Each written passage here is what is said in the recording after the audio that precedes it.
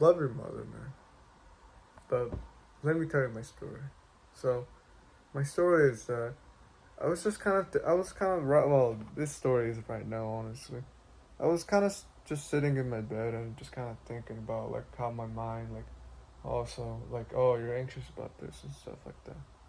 Or but then I just kind of like thought about, the trauma and stuff, about like, I felt like, oh, maybe I was feeling hated, or like maybe, oh my bad, but like feeling hated, or just like feeling like, oh, I'll be betrayed and stuff. And I was just kind of thinking that my mother actually kind of loved me this whole entire time. The times that she hit me was just because like it's just her way of showing affection, and like it was just her way of showing love.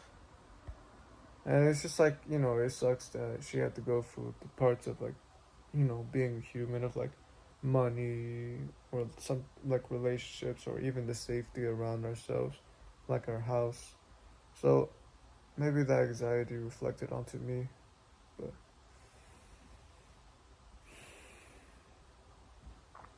I'm just still kind of thinking about the things that my mother does. Like every time that she yells at me, like every time she tells me like, "Oh, don't eat that meat," like, "Oh, it's not good for you," or like, "Too much salt," or like, "Oh, like stop sweating, like get some clothes and stuff." I can understand what she means, and I don't think like it was a good. I mean, I used to react like, she just doesn't like, she doesn't even like care and stuff. Like she'd like, oh, why should, like, oh yeah, that's just what her way of thinking of. And of course, man, you shouldn't always listen to your mother. Like, I'm pretty sure your mother is trying to look out for you, but sometimes your parents might like think different ways than you. Like, eating meat. Like, if you haven't tried it already, it's actually really good for you. Like, well, just for me, I feel like I might have maybe less brain fog or something. I don't know, maybe, but or like about like, of course, like you want to work out, of course, also, and like salt is good for you, man. But the way how I see it, it's just that my mother was just trying to take care of me, and that was just the realization. It was like, oh, my mother actually does love me. She's just trying to look out for me. It's like it's kind of her way of saying I love you. So how can I take care of you? Like something like that. Like, oh, like how can I keep you safe? Like in that way. So it kind of just made me reflect on like the things that I'm grateful for my mother. Like, yeah, like I get to live here, man. I get to live in this house where like, I have a roof, man. I can sleep in my bed. Like I can take showers, and like I can journal and just sit on the couch. And I have a phone that she bought, or like my backpack, or even my flesh, man. Just like my flesh, or the food. Like everything that she did, man, everything that she bought, everything she does right now. Like right now, my mother just went to work, and why not just text her mom? Oh, I love you, mom. Thank you. That's what I did. At least that's what I did. I'm not sure. Maybe it's like enough, but I just felt like saying something. Like all these things, man. Like my mother buys me food. Like even though she doesn't like really like the meat, she still buys it, man. Like and the eggs.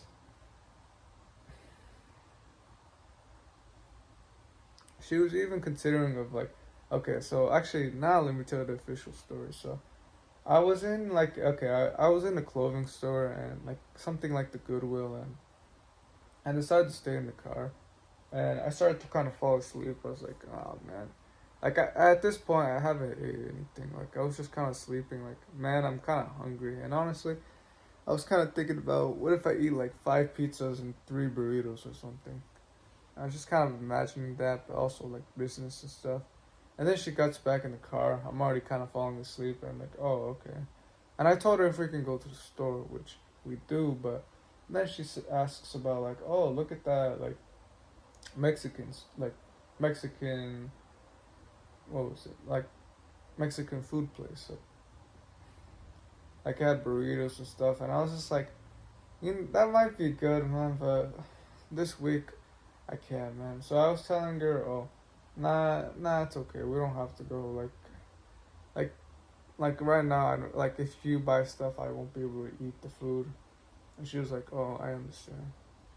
Oh well, she was kind of like, oh why, like oh why, but like, and then we just went down to the store and yeah, like she sacrificed that, man.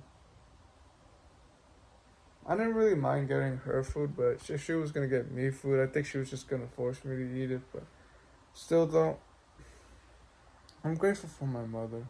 I'm grateful for the things that she's done, and like the way how the way she works hard, man. I'm grateful for it, man. And maybe today, man, just hug your mother or something. Just like tell her that you love her. Tell her that like journal or just write like I'm grateful for my mother for this and this, and just tell her that, man. Just tell her something that you just love her, man. Like if you just think about like all these things that your mother does for you, all these things she sacrifices for, and like you should be grateful, man. This whole thing, man. I don't think I'd be recording this video right now, or like moving my hand because of my mother. So find a way how to be grateful for her, man. And if you're asking the question like, oh, what if I don't like my mother, the way she kind of like abused, like maybe she didn't like, what if like my mother is a bad person? Maybe I have a video down below which I don't really feel like explaining right now, but if you actually want to watch, it's basically more about how to find trauma like how to find like trauma more in a better way. So you can check that out. So I guess that's pretty much it, man. Find something to be grateful, man. So do the right thing and don't give up. Alright, take care.